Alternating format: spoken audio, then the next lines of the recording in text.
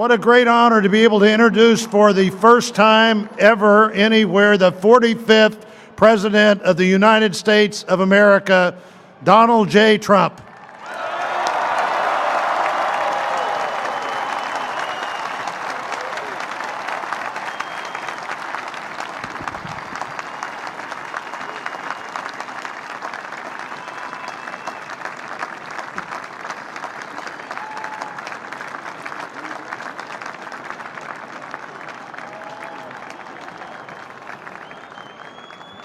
Chief Justice Roberts, President Carter, President Clinton, President Bush, President Obama, fellow Americans, and people of the world, thank you.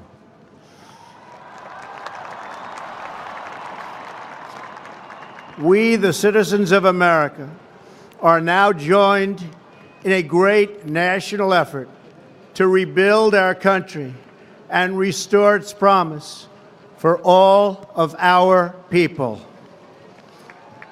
Together, we will determine the course of America and the world for many, many years to come. We will face challenges. We will confront hardships, but we will get the job done. Every 4 years, we gather on these steps to carry out the orderly and peaceful transfer of power. And we are grateful to President Obama and First Lady Michelle Obama for their gracious aid throughout this transition. They have been magnificent. Thank you.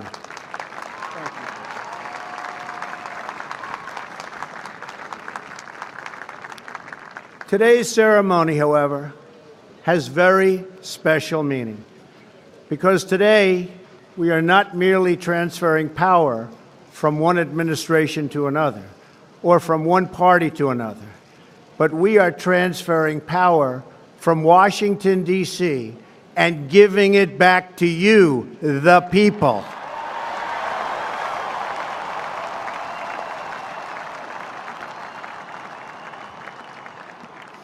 For too long, a small group in our nation's capital has reaped the rewards of government while the people have borne the cost.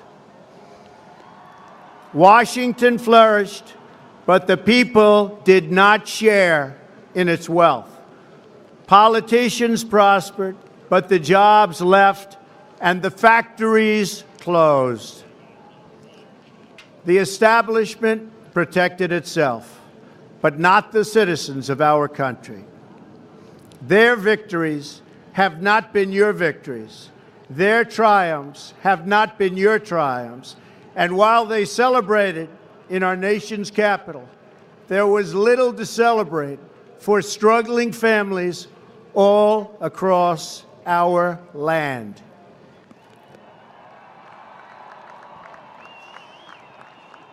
That all changes starting right here and right now, because this moment is your moment. It belongs to you.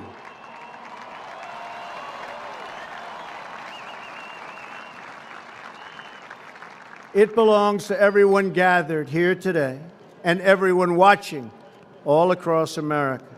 This is your day. This is your celebration. And this, the United States of America, is your country.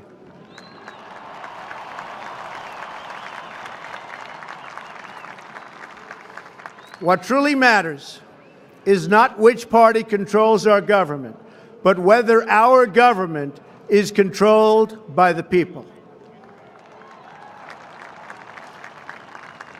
January 20th, 2017 will be remembered as the day the people became the rulers of this nation again.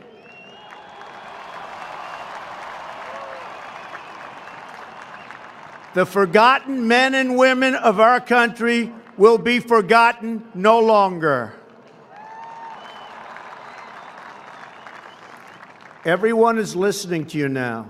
You came by the tens of millions to become part of a historic movement the likes of which the world has never seen before.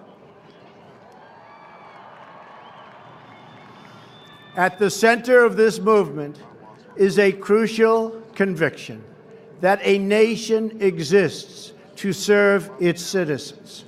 Americans want great schools for their children, safe neighborhoods for their families, and good jobs for themselves. These are just and reasonable demands of righteous people and a righteous public. But for too many of our citizens, a different reality exists. Mothers and children trapped in poverty in our inner cities, rusted out factories scattered like tombstones across the landscape of our nation, an education system flush with cash, but which leaves our young and beautiful students deprived of all knowledge. And the crime, and the gangs, and the drugs that have stolen too many lives and robbed our country of so much unrealized potential. This American carnage stops right here and stops right now.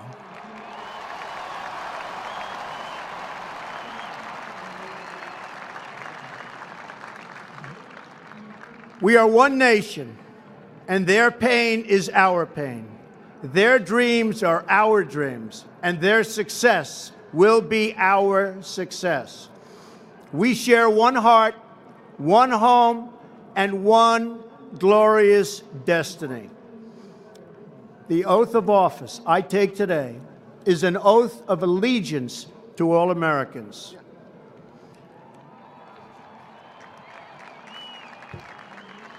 For many decades, we've enriched foreign industry at the expense of American industry, subsidized the armies of other countries while allowing for the very sad depletion of our military.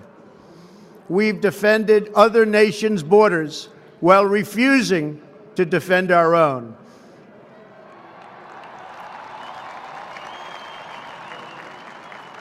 And spent trillions and trillions of dollars overseas while America's infrastructure has fallen into disrepair and decay.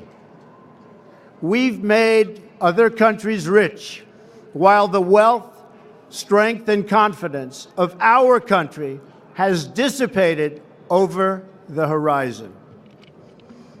One by one, the factories shuttered and left our shores, with not even a thought about the millions and millions of American workers that were left behind. The wealth of our middle class has been ripped from their homes and then redistributed all across the world. But that is the past, and now we are looking only to the future.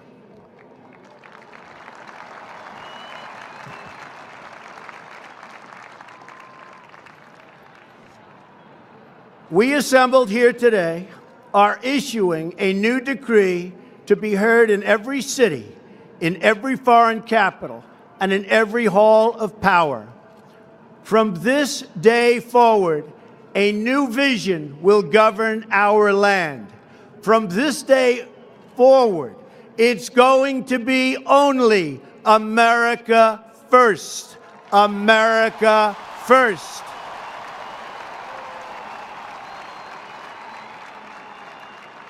Every decision on trade, on taxes, on immigration, on foreign affairs will be made to benefit American workers and American families.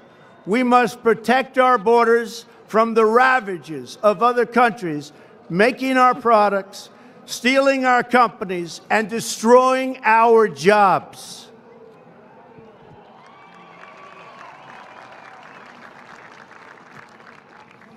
Protection will lead to great prosperity and strength. I will fight for you with every breath in my body, and I will never, ever let you down.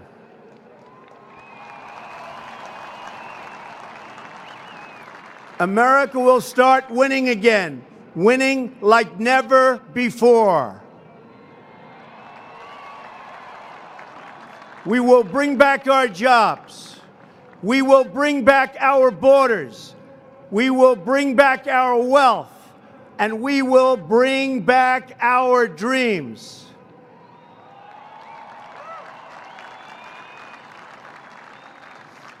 We will build new roads and highways and bridges and airports and tunnels and railways all across our wonderful nation. We will get our people off of welfare and back to work, rebuilding our country with American hands and American labor. We will follow two simple rules: buy American and hire American. We will seek friendship and goodwill with the nations of the world, but we do so with the understanding that it is the right of all nations to put their own interests first. We do not seek to impose our way of life on anyone, but rather to let it shine as an example. We will shine for everyone to follow. We will reinforce old alliances and form new ones and unite the civilized world against radical Islamic terrorism, which we will eradicate completely from the face of the earth.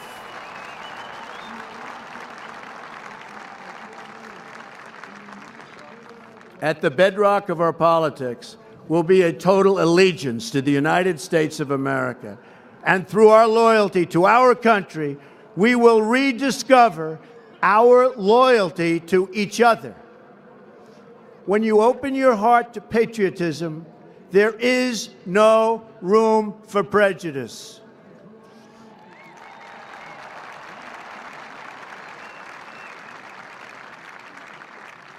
The Bible tells us how good and pleasant it is when God's people live together in unity.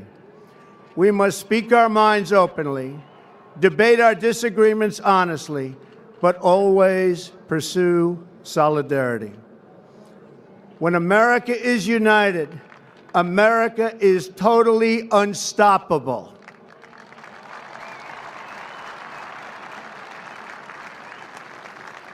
There should be no fear.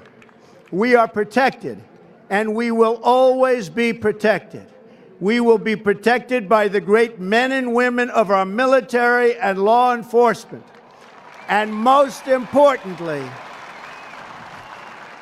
we will be protected by God.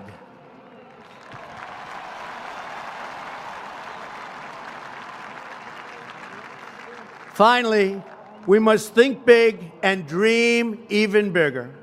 In America, we understand that a nation is only living as long as it is striving. We will no longer accept politicians who are all talk and no action, constantly complaining but never doing anything about it.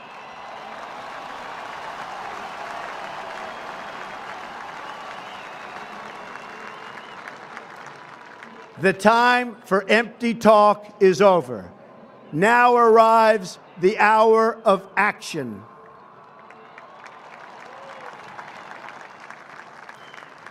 Do not allow anyone to tell you that it cannot be done. No challenge can match the heart and fight and spirit of America. We will not fail. Our country will thrive and prosper again. We stand at the birth of a new millennium, ready to unlock the mysteries of space, to free the earth from the miseries of disease, and to harness the energies, industries, and technologies of tomorrow. A new national pride will stir our souls, lift our sights, and heal our divisions. It's time to remember that old wisdom our soldiers will never forget, that whether we are black or brown or white, we all bleed the same red blood of patriots.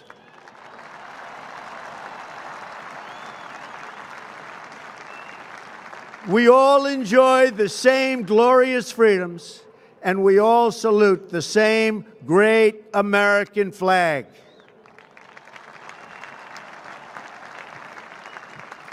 And whether a child is born in the urban sprawl of Detroit or the windswept plains of Nebraska, they look up at the same night sky, they fill their heart with the same dreams, and they are infused with the breath of life by the same almighty Creator.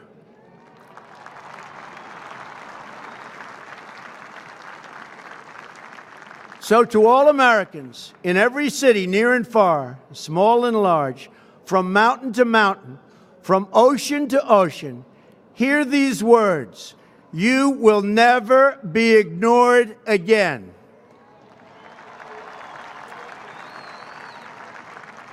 Your voice, your hopes, and your dreams will define our American destiny. And your courage and goodness and love will forever guide us along the way. Together, we will make America strong again. We will make America wealthy again. We will make America proud again. We will make America safe again. And yes, together, we will make America great again. Thank you, God bless you, and God bless America. Thank you. God bless America.